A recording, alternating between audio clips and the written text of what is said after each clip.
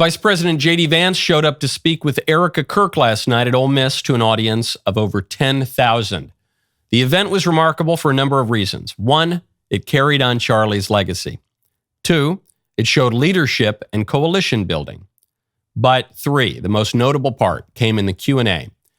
When the vice president rewrote GOP orthodoxy to bring it more in line with classical conservatism, with Gen Z conservatism in particular, and also, coincidentally, with the truth. I'm Michael Knowles. This is The Michael Knowles Show.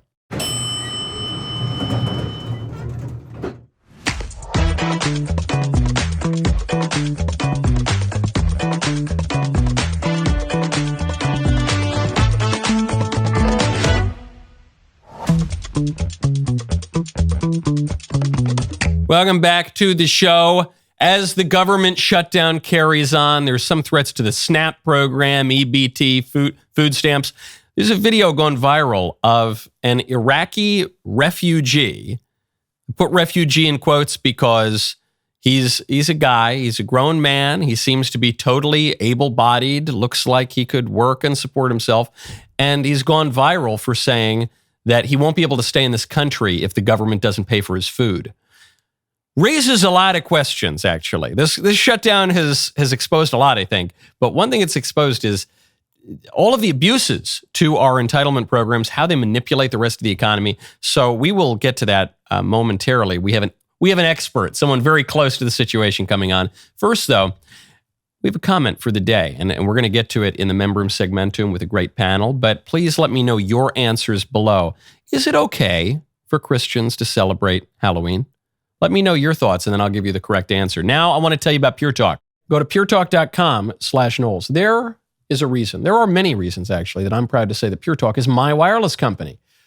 Because they don't just talk the talk, they walk the walk, especially when it comes to supporting our veterans. This month, Pure Talk is choosing to support Canines for Warriors, an incredible organization that rescues and trains dogs, then pairs them with veterans struggling with PTSD. These are men and women who served with honor, but when they come home, that brotherhood, that support network they had in the military too often disappears. Canines for Warriors steps up to fill that gap, giving these heroes purpose, companionship, and healing. That is exactly why Pure Talk, a veteran-led company, supports them. Choose a wireless company that shares your values.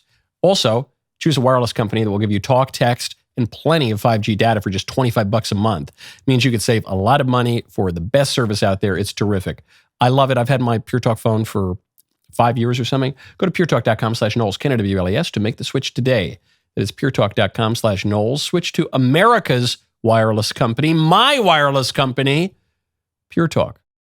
Before we get into the vice president's excellent event last night with Erika Kirk at Ole Miss, before we get into the Iraqi refugees, quote unquote, who apparently can't live without government subsidized food, before we get into unbelievable CNN polls on issues ranging from the shutdown to the environment, I want to bring on Senator Rand Paul. I can't say he's my senator. He is like the top hat to my state. He is the senator from Kentucky and obviously a stalwart, especially on matters of government spending, who's going to give us a little update on this never-ending government shutdown. Senator, thank you for coming on the show. Thanks for having me. So, Senator, I was at your place of work 2 days ago, and it was very weird because there were many fewer people in the Capitol than there usually are. Traffic in D.C. was great. I could get from Reagan Airport to the Capitol in no time. I don't know. To me, this government shutdown seemed pretty good. There's some polling that suggests that the shutdown really hasn't worked for Democrats in the way they thought that it would. And so as a result, there seems to be no impetus to actually reopen the government. I mean, from the legislature, where does it stand? You know, there's always the danger that government closes down and no one notices. And that's a little bit of why typically people will play it up. You know, you remember when one of the shutdowns, I think this was under Obama, he closed down the overlook on the side of the road to see Mount Rushmore.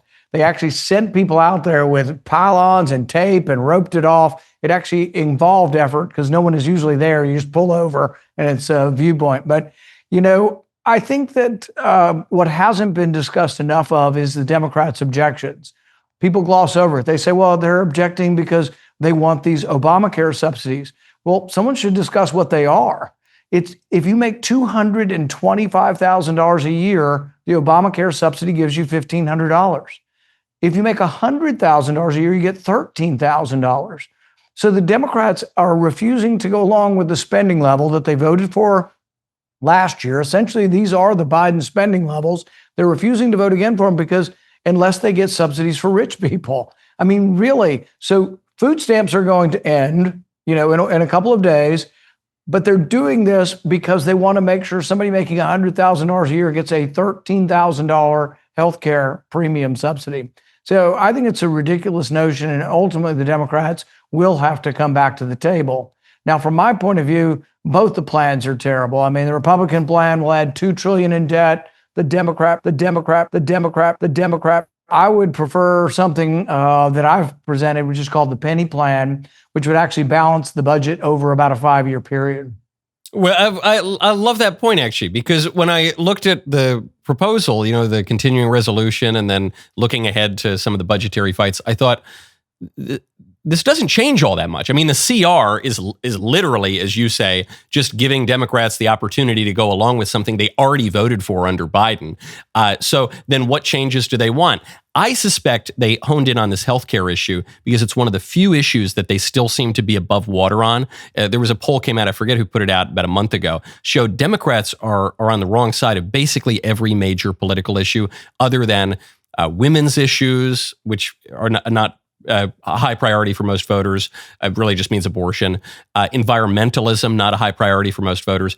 And healthcare. So they said, okay, we'll double down on healthcare. But when you dig into the reality of it, there was this problem of subsidizing healthcare for illegal aliens. And then, as you point out, subsidies for rich people. So then my question is, if the shutdown isn't hurting Republicans and the Democrats maybe launched it as a Hail Mary, it's not really working for them either. What's going to actually reopen the government? Is it going to be the end of the SNAP program? Is it going to be flights being delayed or canceled? Is there when do we think it'll reopen? I think it's going to happen soon, because I think the Democrats, their whole history has been criticizing Republicans for shutting down the government. Now that they're on the side of not continuing the current spending levels, I think really they're beginning to break. I think that within a week, the government will reopen again. And I think it happens quicker the more of the public understands that they're shutting it down in order to preserve subsidies for rich people. I mean, this has not been discussed in the mainstream media. Very few people have dug into the details.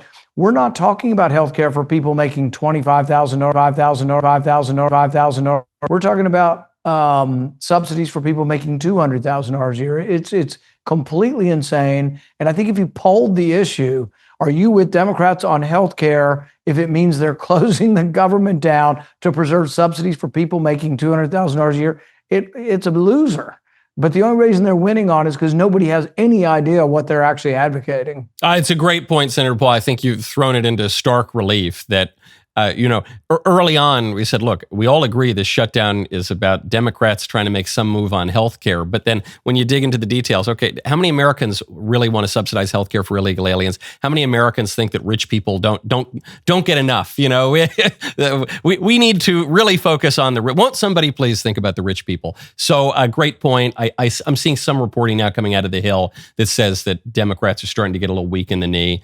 Amazing. I never thought I'd see it in my lifetime that a government shutdown would not be blamed on Republicans and that the Democrats would have to buckle. Senator Paul, please enjoy the light traffic in D.C. while you still can. And thanks for everything you do.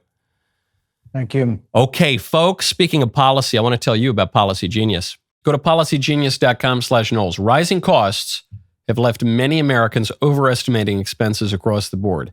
While people often assume certain products and services cost far more than they actually do, this tendency is particularly evident when it comes to life insurance, where 72% of Americans overestimate the actual cost of coverage. Policy Genius makes finding and buying life insurance fast, easy, and surprisingly affordable. If something happens to you, your loved ones have a financial safety net. See if Policy Genius can help you find 20-year life insurance policies starting at just $276 a year for $1 million in coverage. Do not leave your family in the lurch. Don't even have that lingering anxiety that you're probably not even aware of most of the time. What happens? I hope, just take care of it. for a very low price. Be responsible. It doesn't have to be complicated, okay? Policy Genius proves that. With just a few clicks, you can compare quotes from top insurers, see all your options laid out clearly, no confusing jargon or guesswork. Secure your family's future with Policy Genius. Go to policygenius.com/Knowles, Knowles, to compare life insurance quotes from top companies, see how much you could save. That is policygenius.com/Knowles. Folks, Christmas pre-orders for the custom Mayflower smoking jacket are now live. Now, you've asked me, we've done this, what are we running now? Twice, I think. We do a limited run of made to measure, totally for you, beautiful Bemberg lining, unbelievable fabric that comes from Como, Italy. Top designers use this mill. Lovely real horn here on the functional buttons. It's real nice, and you will never see a real smoking jacket, even off the rack, not custom in any way. You will never see it for probably even half of, or rather, even for double this price. It's a great deal. I know people have been upset when it's sold out. If you want it, order it now. We are doing one more limited run before Christmas. It is your last chance to secure yours for a while. It is, as they have always been, made with Shepherd's menswear. Absolutely magnificent. Italian milled velvet. All the bells and whistles. And I like this too, a nice big fat lapel, because it's not only good looking, but it's also very functional. I talked about it a little bit with Senator Paul. Even CNN has to admit this shutdown is not working for Democrats. Starting with Republicans, how has the shutdown seemed to have affected their political standing? Yeah, you might think, given that the Republicans are in charge of both the House and the Senate, that a government shutdown might actually hurt the Republican brand. But in fact, it hasn't. If anything, It's been helped a little bit. Take a look here, the shift in net popularity versus pre-shutdown. When we're looking at the Republican Party overall, that brand actually up 2 points. That's within the margin of error, but clearly it hasn't dropped. Come over to this side of the screen. Look at the net approval ratings for Republicans in Congress. It's actually up 5 points since pre-shutdown. So what we're seeing here is the Republican brand in Congress has actually improved somewhat compared to where we were pre-shutdown, despite the fact that Republicans control. And that's the math that John Thune and Mike Johnson are looking at is, well, hey, why should we give, electorally speaking, when our brand has actually improved a little bit? This is not even just with the Republican base, because you could say, okay, well, the reason why the popularity has gone up overall 3 points is because, the Republican base just really, really loves this. So even if the Democrats and independents hate it, it just balances out and actually adds a few points anyway. No, they're up 8 points even with independents. And the reason for this is Democrats thought that this was all politics as usual and nothing's changed in the last 5 or 10 years. And so the Republicans are always going to be blamed for a shutdown, even if it's the Democrats who shut it down. And I guess the point, and we'll really get to this with JD Vance and Erika Kirk at Ole Miss last night. The point is, no, politics has changed radically, seismically. And Democrats are playing the old songbook. It's not working anymore. Doesn't work on the audience. So Democrats shut the government down because nothing was working for them and they were on the wrong side of virtually every 80-20 issue. They thought they had a chance to push this on healthcare using a tactic that always worked for them, that always redounded to the detriment of Republicans, and none of that worked. None of that worked. And now you're seeing, Senator Paul thinks it'll be within a week, you are seeing the Democrats even have to backtrack on that. In other words, we are in uncharted waters. Now, the CNN pollster, I don't know, I got to start watching CNN.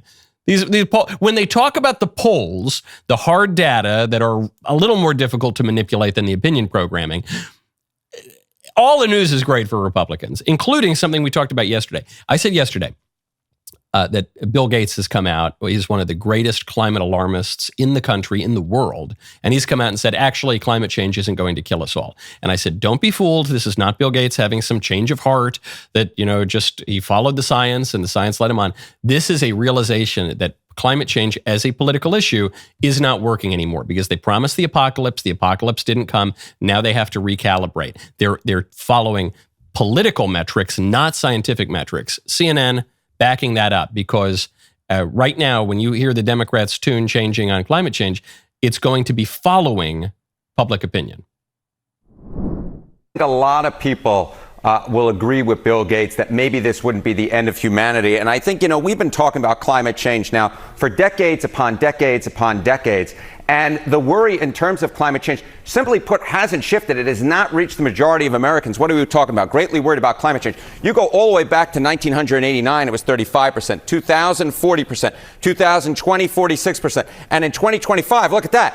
It's 40%, the same number as we had 25 years ago back in 2000, and then only just 5 points higher than we had back in 1989. Really, we've just seen consistency on this issue. The bottom line is that the climate change message that folks who, of course, believe that climate change is real and is quite worrisome, simply put, has not really worked with the American people. So greatly worried. You say greatly worried. I mean, so people say they're greatly worried, 40%, but how worried, really? Is it the biggest thing they're worried about? Yeah, it is not anywhere close to being the biggest thing that people are worried about. What are we talking about here? Well, why don't we just talk about top issue facing the U.S., climate change. Well, I got some numbers for you on the screen right here.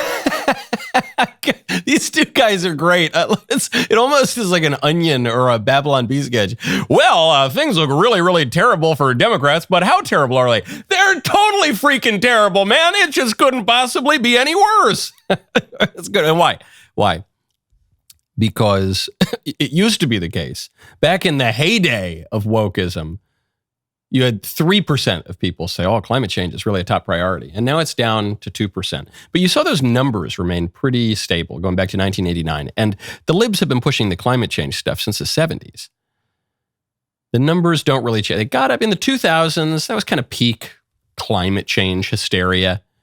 And then it just dropped back down again. And it's always 35 to 45%, somewhere in there.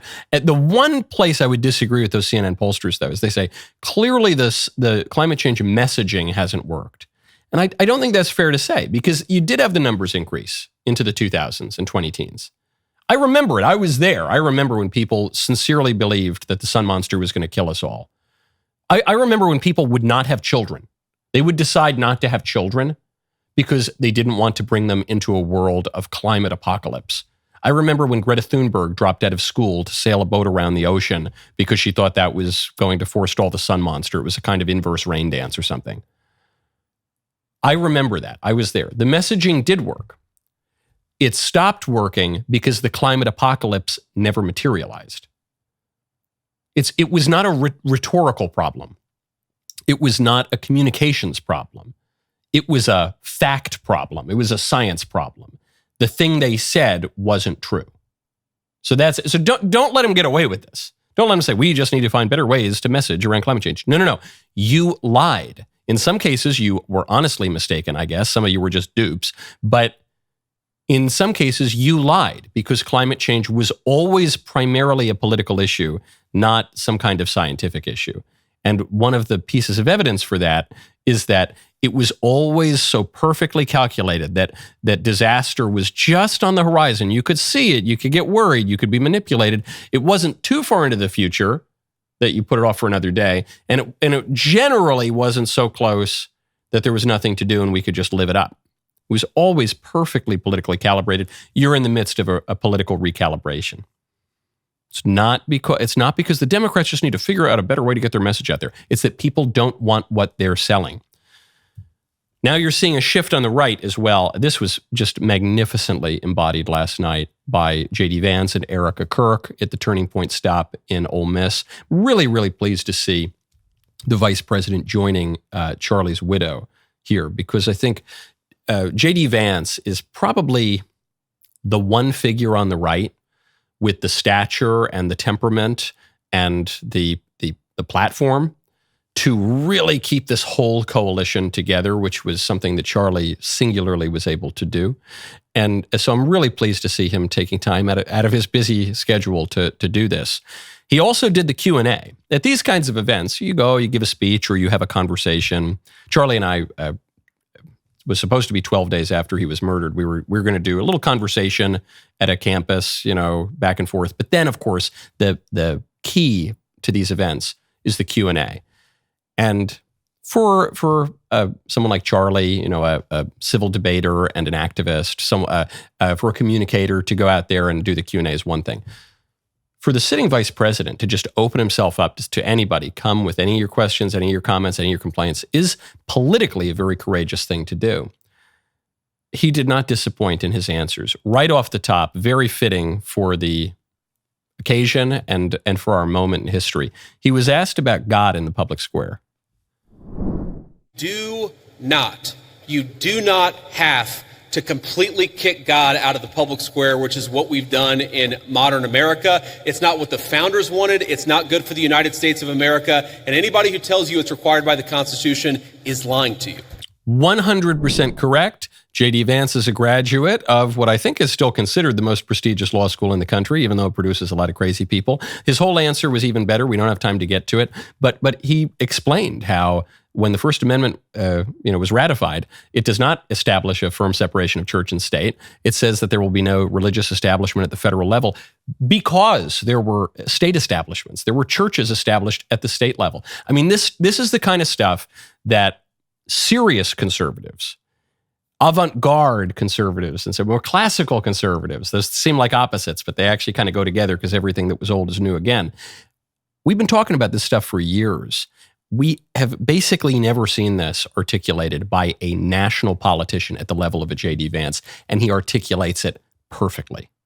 Okay, this is really, really exciting stuff. And he doesn't just stop with Christianity there. He makes a point about liberalism that is so precise and so necessary for understanding how to combat it. I'm thrilled to hear you articulate Christian values on a stage like this and to remind us that things we take for granted and things we value so much have a Christian origin. So thank you for that. I really mean that.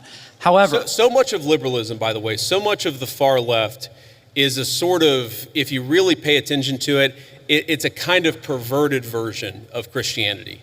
Like, there's nothing wrong, of course, with focusing on people who are disenfranchised, for example. That's the focus of liberalism. But if you completely separate it from any religious duty, any civic virtue, then that can actually become, for example, an inducement to lawlessness. Yes. Thank you.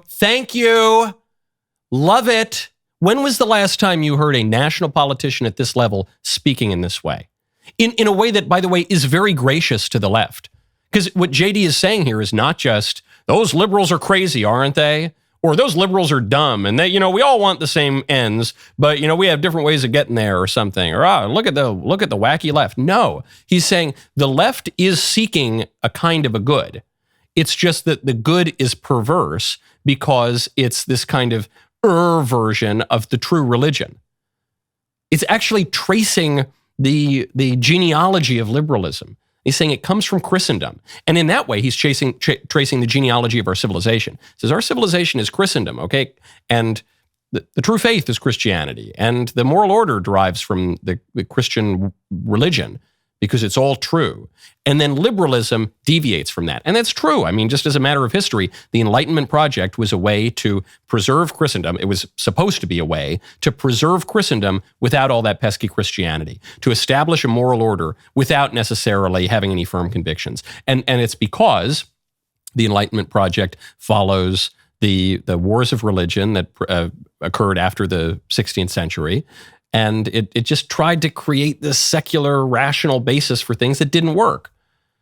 And JD is saying that. He's just saying, look, the liberal ideology, as well as its descendant ideologies like communism or fascism, or all these things, they're just perversions of the truth because they go wrong in the first principles. And so people might earnestly be seeking the good with these ideologies. It's just not going to work because they're getting the first things wrong. That is so accurate. It actually advances the conversation. It moves the ball down the field, and it regrounds our civilization where it has to be. And the only thing that really works, which is the truth at all levels, not just economic and social and cultural, but even religious first principles. Cardinal Manning, all human conflict ultimately is theological. Now, speaking of religion, I want to tell you about Ave Maria Mutual Funds. Go to avemariafunds.com/Michael, Michael.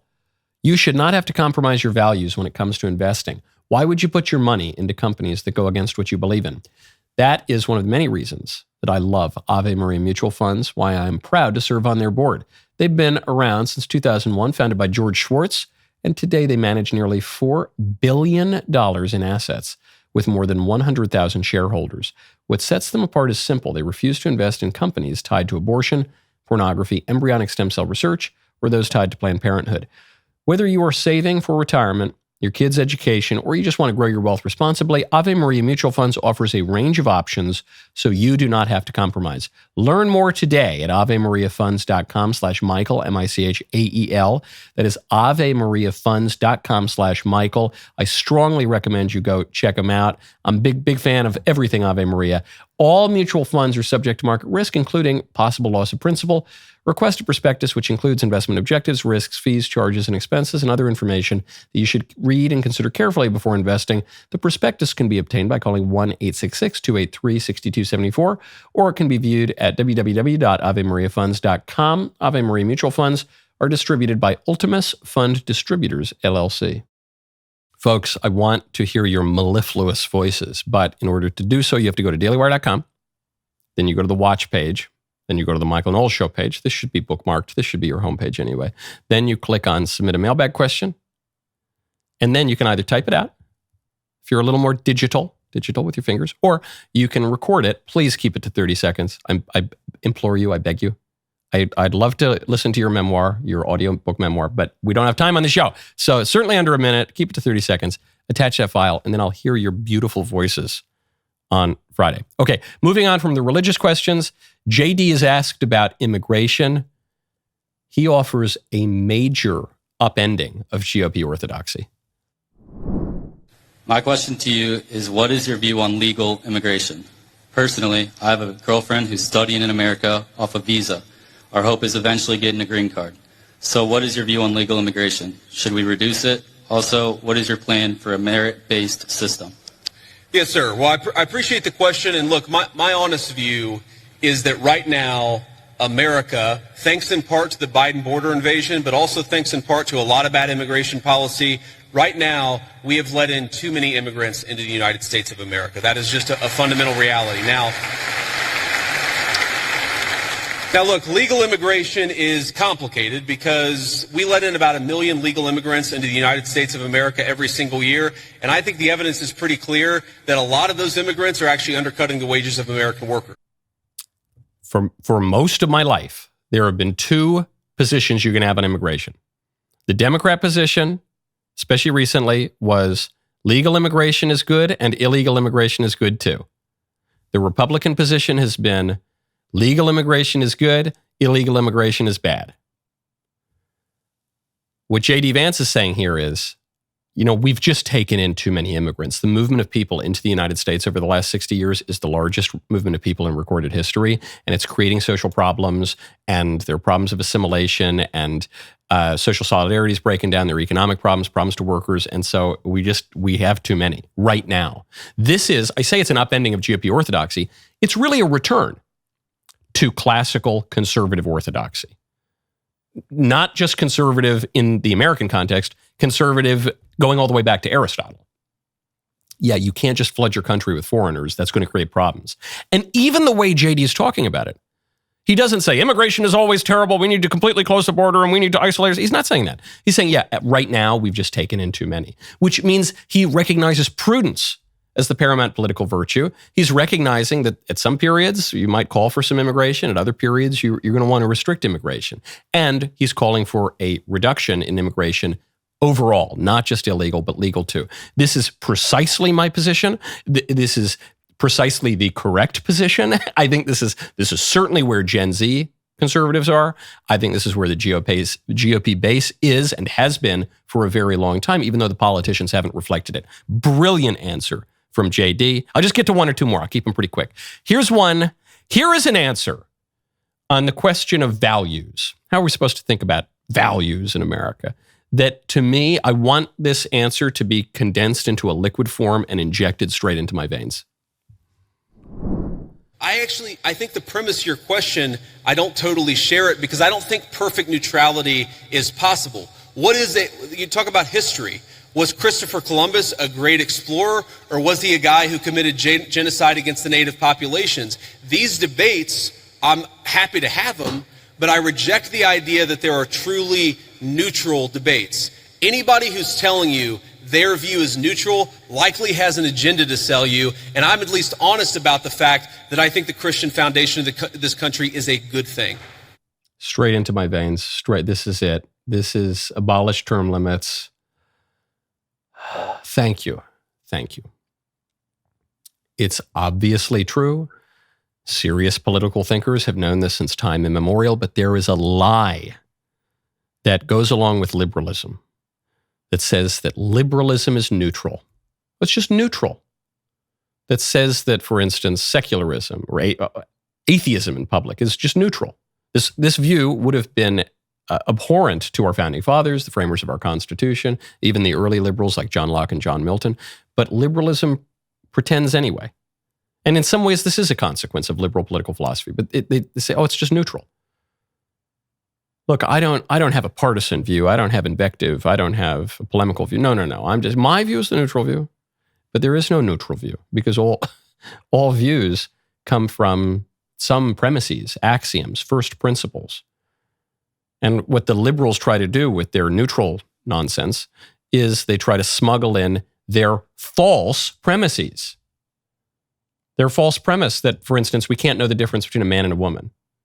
I mean, that's what they say. Look, our view on transgender, ours is the neutral view. We're not picking sides. Well, you are by not allowing people to believe what humans have always believed everywhere and what their own eyes tell them about the difference between a man and a woman.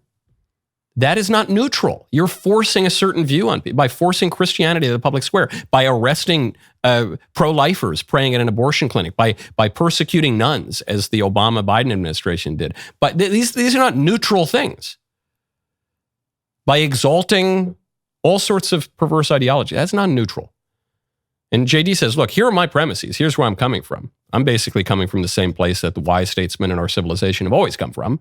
But yeah, I think there's a Christian religious foundation. Those other guys, they're not going to tell you where they're coming from. They pretend it's neutral, but where they're coming from is much more dubious. Okay, last bit on how we fight the left. Okay, so here's something that I want every conservative to remember. It's an important part of my entire political philosophy is we cannot be afraid to do something because the left might do it in the future. The left is already going to do it regardless of whether we do it.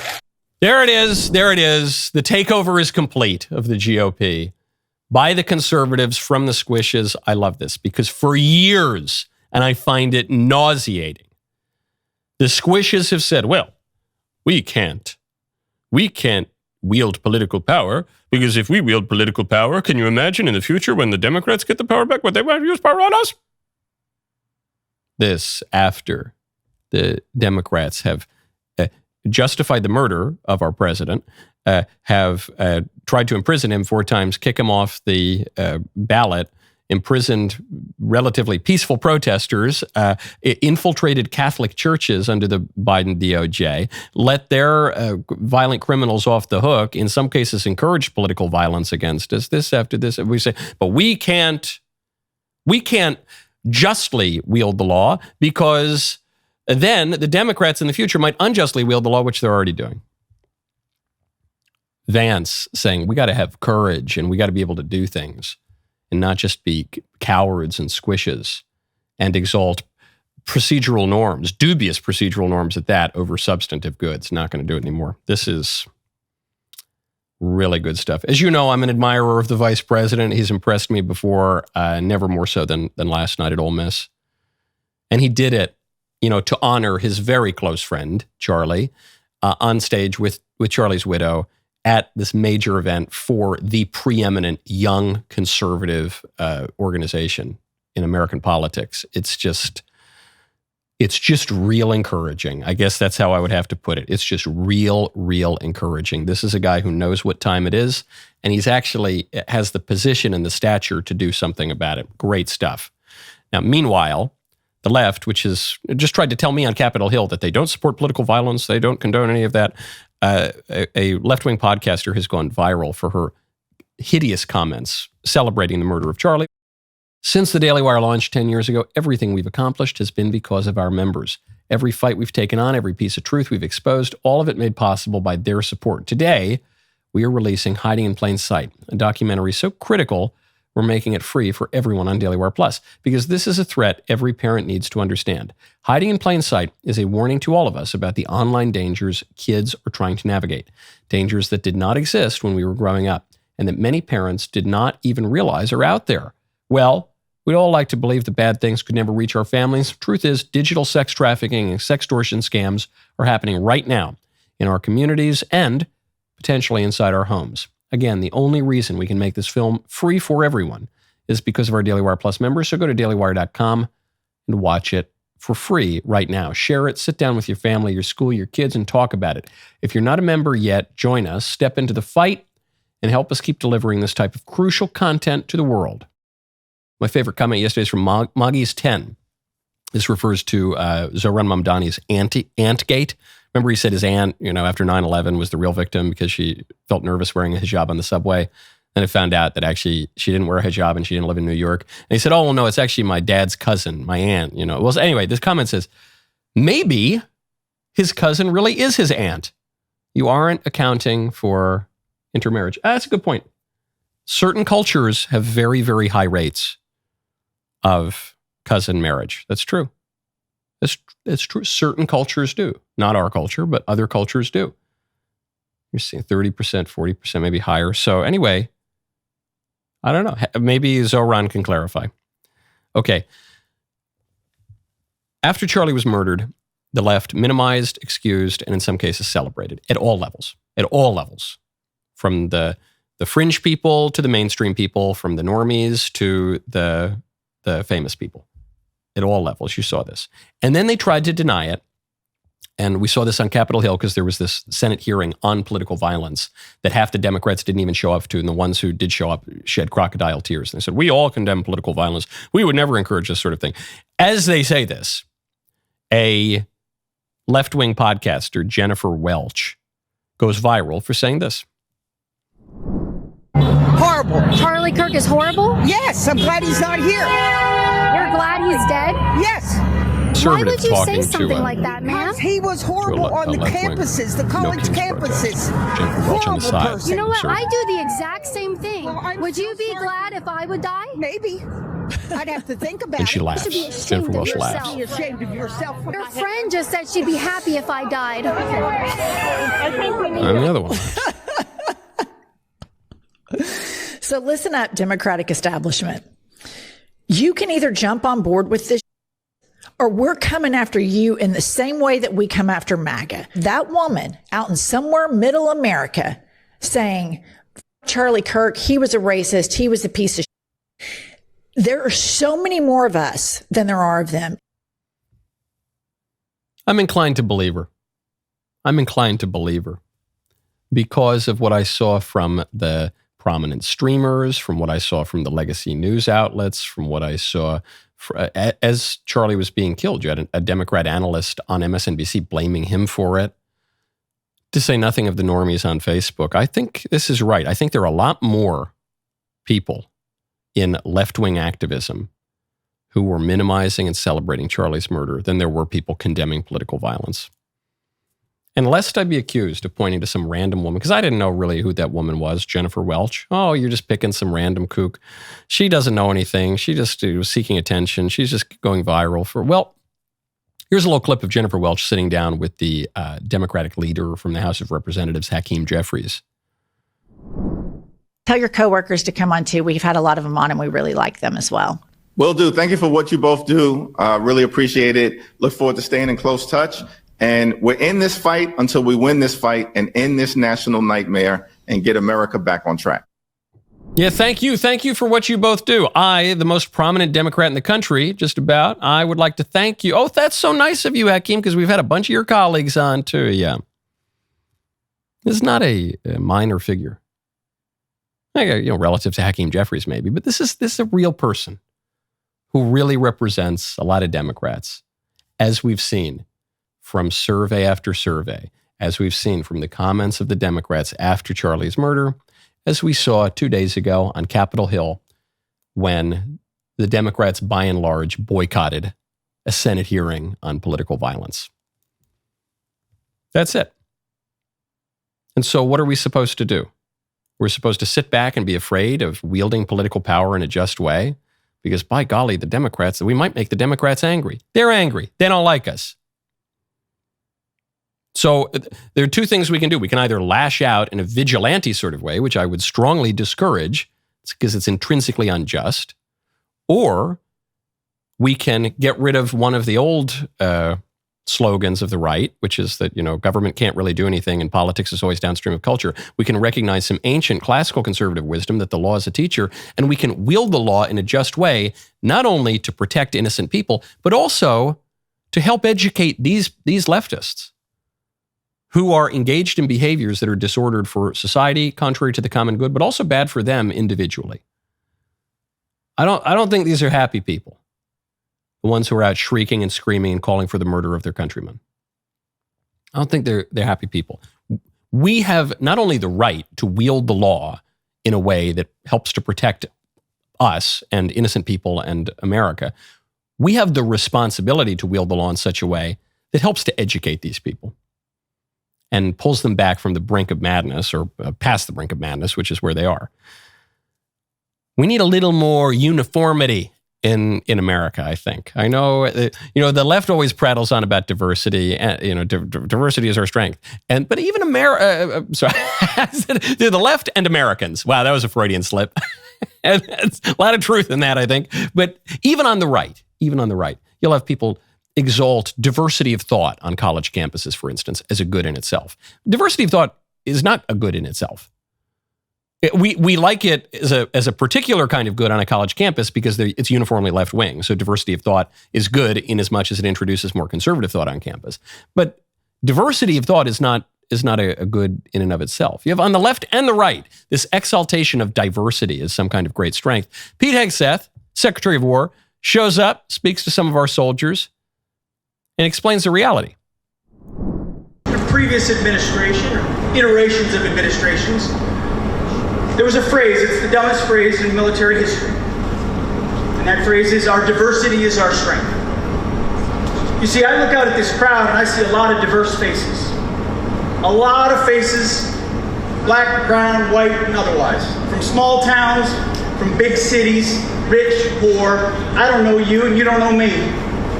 But I don't look at you and see who you are based on the color of your skin. I look at you as a fellow American who bleeds red. Our strength is not our diversity. Our strength is our common purpose. Our strength is our unity. Our strength is our mission. Our strength is our oath to the Constitution that we will defend each other. That's our strength. That's what the world sees. That's what I saw inside my platoon. That's what I see across this beautiful ship. Okay, this is a great moment in the evolution of American conservatism, I think. Because, notice, what is Pete saying here? What Pete's saying is extremely moderate. Extremely moderate. Pete is embracing colorblind meritocracy. I'm sure the left is going to try to call it racist and whatever, but it's completely the opposite. This is as moderate as it gets in any reasonable amount of thinking. He's saying, as a matter of principle, diversity does not conduce to strength. Uniformity does. Think about like a chain or so. Think about any kind of construction. You want uniformity, not just like random stuff hodgepodge together. So he says, in principle, uniformity, not diversity, is our strength, and we have a colorblind meritocracy in the military. And what is your strength is not your race or whatever. It's your common purpose as Americans. It's embracing a kind of civic nationalism. This is very, very moderate, and it's viewed as a major shift. Because it is, because we have heard this diversity is our strength stuff for over 30 years. And it was actually a Republican who coined that phrase. I think it was Dan Quayle, when he was vice president to George H.W. Bush, coined that phrase, diversity is our strength, during a press gaggle in Japan. Okay, so you can't even just blame the left for it. It was the right too. And it was always totally preposterous. It's led to a total breakdown in social solidarity. And now you have Mr. Mainstream. I mean, this is why I think it's so important that it's Pete Hegseth saying this and that he's saying this in such a moderate way. Pete is a Fox News host, okay? Morning host. This is not a fringe figure or a radical figure in any way whatsoever. And he's coming out and saying diversity is our strength. That is totally nuts. We're done with that. Something has shifted. There has been a major change in American politics. The Democrats clearly have not caught up with that. They haven't paid attention. That's why they lost the popular vote for the first time in 20 years in November. That's why they're losing the shutdown fight for the first time in my lifetime, maybe the first time ever. They haven't figured out that shift has happened. JD Vance is, I think, a little bit more on the bleeding edge of that, as he showed last night at Ole Miss. But you're seeing it everywhere. You're seeing it everywhere. And the way Pete put it, no serious person would dispute that. That's an 80-20 issue right there. That's yet another 80-20 issue that this administration is on the right side of. Now, speaking of diversity, clip going viral. This one really, as we hear all the fear-mongering about the end of the SNAP program and the ongoing shutdown, here's one of the people who's really upset about problems with the SNAP program. This is an Iraqi refugee whining because the government's taken away his cheese. Without the government support, I cannot stay maybe a month or 2 months. Pima County Chairman Rex Scott told News for Tucson he's deeply concerned about the impact on local refugees. Really, really concerned. How can he stay if he doesn't get, if you don't pay for his food? Now, remember, we're talking about shifts to the Republican coalition and political vision. For a long time, it was this hardcore libertarian, exalting the free market, Ayn Rand kind of vision that was very opposed in principle even to welfare programs. I think that's deader than disco, and that's certainly not my view. My view is more infused with classical conservative concepts, Catholic social teaching. I have no problem in principle with a social welfare system. The way our market is set up, there will always be some degree of unemployment. So actually, just as a pure matter of justice, you need to have some kind of unemployment insurance, and we have a responsibility to take care of the poor, and we live in society. Man is inclined to live in an ordered society. That's one of the primary precepts of the natural law.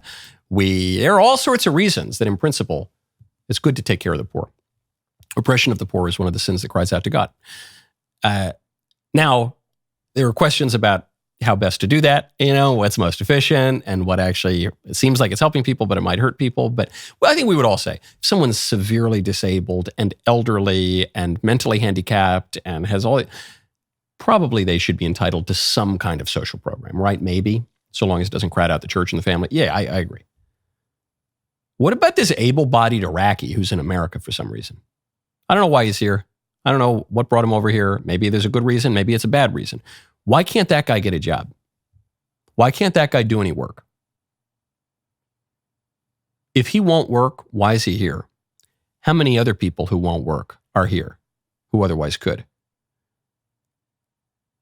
How much of the exploding cost of groceries is due to the fact that we pay for a lot of people's groceries, and not just the people who really need it, who can't fend for themselves, but for that guy, an entitled, able-bodied foreigner who's in America taking your money and whining when the government is shut down and he can't get the government cheese. Wow, this shutdown is really redounding to the detriment of Democrats in multiple ways. Shows they're on the wrong side of a ton of issues. It shows they've lost their chief tactic. And I think it's revealing a lot of the problems with the programs that are already in place, the ones that they're seeking to expand. Let's see here if he can't stay in the country if we don't keep paying for his stuff. All right. Okay. Deal. Deal. You drive a hard bargain, Mr. Iraqi, but okay. Today is Theology Thursday. We will have a very, very important Halloween panel. The rest of the show continues now. You do not want to miss it. Become a member. Use code Knowles, Canada WLAS, and checkout for 2 months free on all annual plans.